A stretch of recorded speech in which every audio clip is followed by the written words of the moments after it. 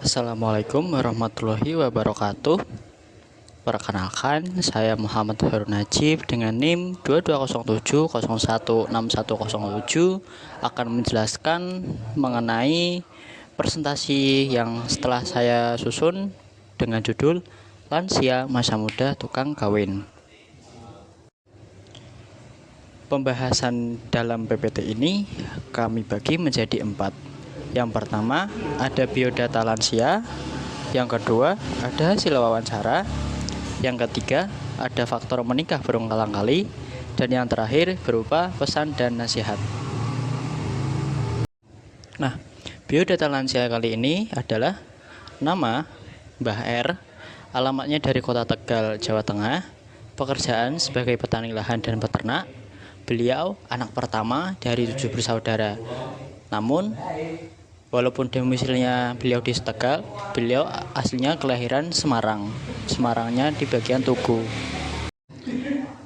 Hasil wawancara menunjukkan bahwa semasa hidupnya Mbah R, beliau sudah terhitung memiliki istri sebanyak 6 orang. Perinciannya, yang pertama, istri pertama itu beliau cerai mati. Nah, dari istri pertama, beliau mendapatkan 1 anak. Nah, setelah cerai mati, beliau menikah lagi dengan istri keduanya. Istri keduanya ini juga sama dengan istri pertama, istrinya itu cerai mati. Nah, kalau untuk istri keduanya ini, dia nggak ada anak keturunan. Nah, setelah itu, beliau menikah yang ketiga kalinya, itu menikah dengan janda 2 anak. Nah, setelah sekian lama, akhirnya beliau cerai hidup dengan janda 2 anak tersebut. Setelah cerai dengan janda 2 anak tadi, beliau menikah lagi untuk yang keempat kalinya. Namun untuk pernikahan keempat ini, Mbah R tidak dikaruniai anak satupun. Nah, akhirnya istri keempat ini cerai karena meninggal. Selanjutnya dan yang paling akhir, beliau menikah ke yang 5 kalinya dengan janda 3 anak dan masih berhubungan sampai sekarang. Nah, dari sekian pernikahannya, Mbah R sudah memiliki 6 anak dari hubungannya dengan istri-istri terdahulunya. Beliau sendiri mengatakan bahwa tidak ada alasan secara jelas mengenai pernikahannya untuk yang kelima kalinya. Namun, Mbah R hanya menjawab bahwa yang ia lakukan hanyalah takdir dari Tuhan yang beliau pilih sendiri. Kemudian, hubungan dengan mantan istrinya juga dinilai baik-baik saja, terlebih dengan anak-anak dari mantannya tersebut. Namun, keluarga besar ada yang pro dan ada yang kontra dengan keputusan Mbah R yang menikah berkali-kali. Lanjut pada pembahasan berikutnya, faktor menikah berkali-kali. Di sini ada beberapa faktor yang melatar belakangi Mbah R itu menikah sampai 5 kali. Yang pertama, ada faktor ekonomi. Dapat dikatakan bahwa secara ekonomi, Mbah R itu dipandang sebagai orang yang mampu secara finansial dalam hal mencukupi kebutuhan rumah tangganya.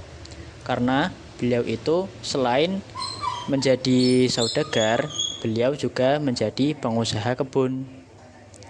Kemudian ada faktor kedua, yaitu faktor dukungan keluarga.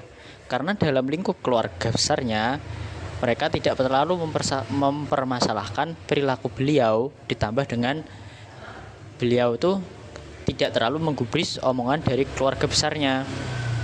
Kemudian yang ketiga ada faktor pendidikan. Karena beliau putus sekolah dan tidak bertitel pendidikan yang tersemat pada namanya, tapi beliau itu punya prinsip agar anak-anaknya kelak harus sekolah setinggi-tingginya. Hal ini itu dapat dibuktikan bahwa anaknya ada yang menjadi mahasiswa di Kota Semarang. Nah, kemudian ada faktor religius. Mbah R punya tingkat religiusitas yang tinggi. Apa sih indikatornya? Nah, indikatornya yang menyebabkan mengapa ia menikah berulang kali karena Mbah R itu meyakini bahwa semua itu sudah ditakdirkan oleh Tuhan kepada dirinya dan dirinya memilih takdir tersebut untuk menikah untuk yang kelima kalinya. Jadi alasan beliau menikah ya karena ngikutin takdir aja. Dan faktor yang terakhir yaitu faktor kemandirian. Karena Mbah R itu lahir dan tumbuh dari keluarga yang kurang mampu, maka hal inilah yang menyebabkan ia dari muda sudah bekerja keras dalam memenuhi kebutuhan hidupnya secara mandiri. Terlebih lagi mengingat bahwa beliau merupakan anak pertama dari 7 bersaudara yang secara tidak langsung beliau pun turut pula menanggung kehidupan adik-adiknya yang lain. Di akhir wawancara, beliau berkata kepada saya, ada beberapa pesan dan nasihat untuk kawula muda. Jangan menyerah dalam mencari ilmu, dan tuntutlah ilmu dari lahir sampai meninggal. Dan jangan lupa hati-hati bagi kawula muda untuk tidak terjerumus ke dalam dosa zina. Syukron katsiron wa nahfu minkum. Wassalamualaikum warahmatullahi wabarakatuh.